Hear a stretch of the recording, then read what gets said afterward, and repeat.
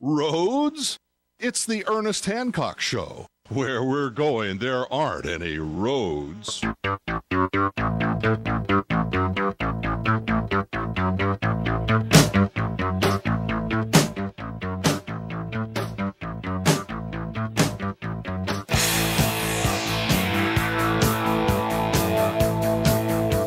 it's all hard music, man.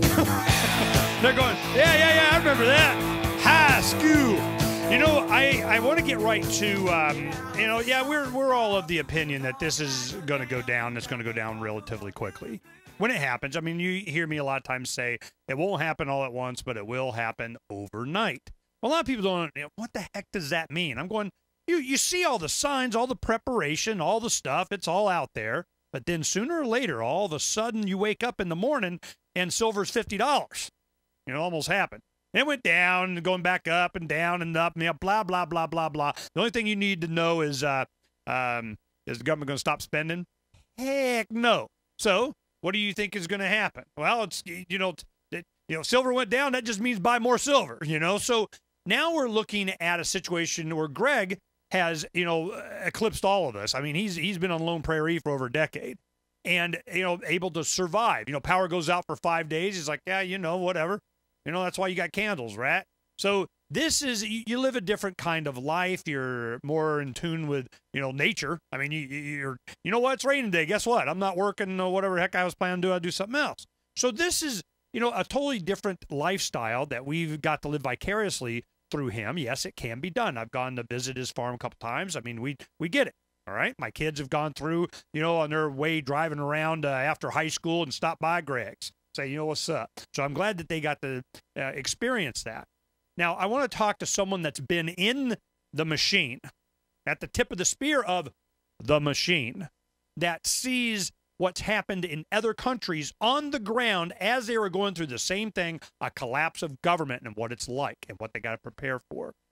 So on his blog, Zero, Z-E-R-O, G-O-V, zerogov.com, William Buppert is preparing himself and sharing with others to help them prepare. What are we preparing for, and how should we prepare, and what are the skills we need, and what are you advocating? Well, it's interesting. I was honored to be a speaker at your Freedom Summit in December, and one of the audience members said, "What's the most valuable thing that I need? What do I need to be ready?" Because we've heard G3, guns, gold, and groceries. That's the thing you need to prepare. My answer was critical thinking skills. You have got to have critical thinking skills.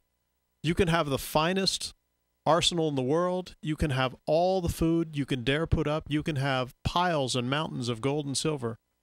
But if you can't think your way out of a paper sack and you're still in this matrix that we're all exposed to day and night with this media blitz, whether it's television, radio, newspapers, and the rest of the government media complex, everything seems to be a bowl of cherries. And the government is always there to help out and assist in these crises that they themselves create of their own volition all the time. So my pat answer to that is critical thinking. They do not help that well. We covered Katrina very closely because Charles Goyette, I was his producer at the time, and we were over at the Air America affiliate here in Phoenix. Very popular, 3-hour morning show. We're kicking butt. We're their token libertarians on the entire freaking network across the country, and we're doing well. What happened when Katrina came in, we were looking at different things. Of course, they're screaming for the government to do more, and you should, and you're not fast enough. And there's just not enough resources to be, an entire, that's the whole point that we're making. And they'll screw it up. But there were 600 bass boats of people from the entire region that knew what needed to be done. I have bass boat. I go New Orleans. I get people off roof. I take them dry land. This is not complicated. Well, there's a FEMA guy there with an M16 saying none shall pass. And they're going, yes. And you're here to help, you sorry, So I'm going, what do you think is going to happen? If the president just go, hey, please go help your neighbors, boom, problem solved. And he can go golfing for all I care. But that happened in the county in California when they had the wildfires that were raging. It happened when there was a flooding of Nashville just 3 or 4 months ago, where you didn't have the massive government complex saying, no, we've got to get in there to save people through that glorious phrase, spontaneous order, which is a very good emblem of how the free market works, because no one can have perfect information. No one can. You know, we're going through the situation right now. In Missouri, you know, it is flooding. The Mississippi be a flooding, and that's right where you're at. Greg, tell me, you know, how are people coping without the government saving them? We just use bigger tires on our trucks and wait till the creek goes down. That's all we do. So, I mean, we're talking major flooding, right? Even on your farm? The water was only about 4 feet deep across my driveway for about 4 days. So for a couple of days, we just left the car on the other side of the creek and had a rope between two trees and went across that way if we really had to, or we just waited. You're not allowed to just wait, man. No. You need a program. Well, our program is to just wait. Well, you know, I want to ask you, you know, from someone that's experienced in living on a farm, and you're kind of isolated. I mean, you have electrical power that goes there that works most of the time. You know, you have a telephone that works most of the time. Except when you were trying to call me to come over to visit. You know, right. You know, when we came over, hey, help us. We had to find some farm that was miles away that, oh, yeah, we know the Tivnans. And they, you know, took us over there or pointed the way.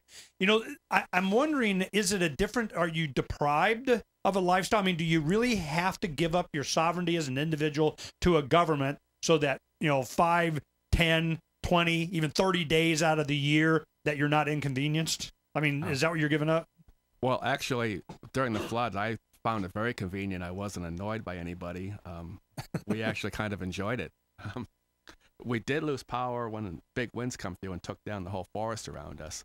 And in that case, all the neighbors went out with their own chainsaws, cut all the trees off along the side of the highway, and had the roads open in a couple days. That was 2 years ago, and there's still forests that haven't been cleared. But when the neighbors get out with their chainsaws, the roads are opened. That's how it works out where I live. There's only 5 county employees in the whole county where I live, unless you count the sheriff and his family, I mean deputies. And they leave the jail door open like an Andy Griffith half the time. So it's a great place to live if you can wait when you need to wait. Well, that means you'd have to stock up a little bit and prepare, maybe have to slaughter a chicken. Yeah, we can do that. And when FEMA came in and started passing out meals ready to eat, they still have them piled up by the fire station because no one really wanted them and no one really needed them because people are usually smart enough to start a fire and cook. But if you're from FEMA, apparently people aren't. That's part of your tax return, though, those MREs. Greg, I want to ask you a question real quick, something that's always intrigued me. I'm a ruralite, just like you appear to be, where I've lived in the country most of my life, and I really enjoy that. I think that there are demarcation lines culturally in the United States. Some people say left and right, Republican and Democrat. I think that the difference between rural folks and urban folks is huge. And I've even posited that the whole socialist, collectivist, communist phenomenon worldwide in the Western, well, at least the Western world, is a phenomenon that grows in cities. Cities are the hotbeds of socialism, collectivism, that kind of thing. Do you see that yourself from your perspective where there's a distinct difference between city folk? Because I get the impression that when I visit some of my friends in the big cities, that they'll open their refrigerator is practically empty. They got condiments. Well, why is that? It's because they pride themselves on their lack of self-sufficiency as city folks, because of the web they live in. Ruralites are just the opposite. Greg? Yes, there's a very large difference. When someone moves in, we always call them city people. They called me city people, but then I was more self-sufficient than any of them ever were in their entire lives. So I was accepted kind of differently. But yeah, people move in from California and they start a petition to have 4 miles of dirt road paved so that they don't have to drive their Cadillac on a gravel road that's got 3 houses on it in 4 miles. And they can't understand. Or they get upset because there's not a county picking up their garbage. And I say, well, why don't you just stop buying bottled water in these little tiny bottles and get it in a 5-gallon container you can refill, and then you'll have a lot less garbage. Well, they don't think that way, but that's how most of where I live works. You know, it's so interesting Greg says that about the roads, because one of the things that people often say to me is, but who's going to build our roads? Who will provision our food? Who will check it if government's not there? There aren't any roads. But get this, in a state like Kansas, 60% of all the roads are private. Private.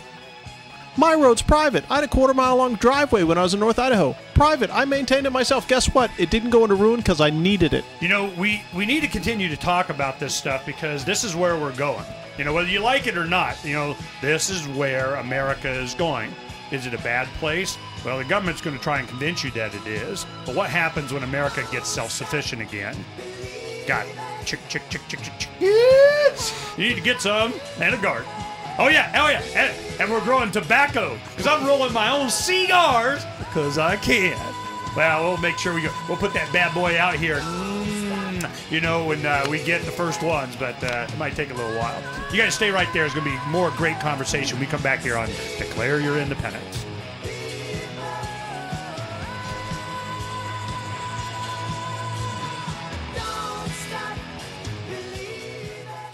Uncovering the secrets and exposing the lies. That's what readers of freedomsphoenix.com get every day. Readers of freedomsphoenix.com are constantly provided the information that detail the real news between the lines of propaganda about government policies and the true relationship we all have with coercive governments. Learn the true condition of our economy, innovations and technological breakthroughs in energy, health, computer science, and space travel. Learn the truth well before it's admitted to in the lamestream media, the media that is so last century. Corporate media has evolved into nothing more than distributors of government propaganda, but we now have a fantastic alternative. FreedomsPhoenix.com provides constant news updates on the issues that affect our lives in the most important ways. Our liberty and our property are under constant attack, and FreedomsPhoenix.com provides the understanding behind the propaganda while encouraging the participation of our readers. Join us at FreedomsPhoenix.com. That's freedoms with an S, Phoenix.com. FreedomsPhoenix.com, where the revolution between the ears has already matured.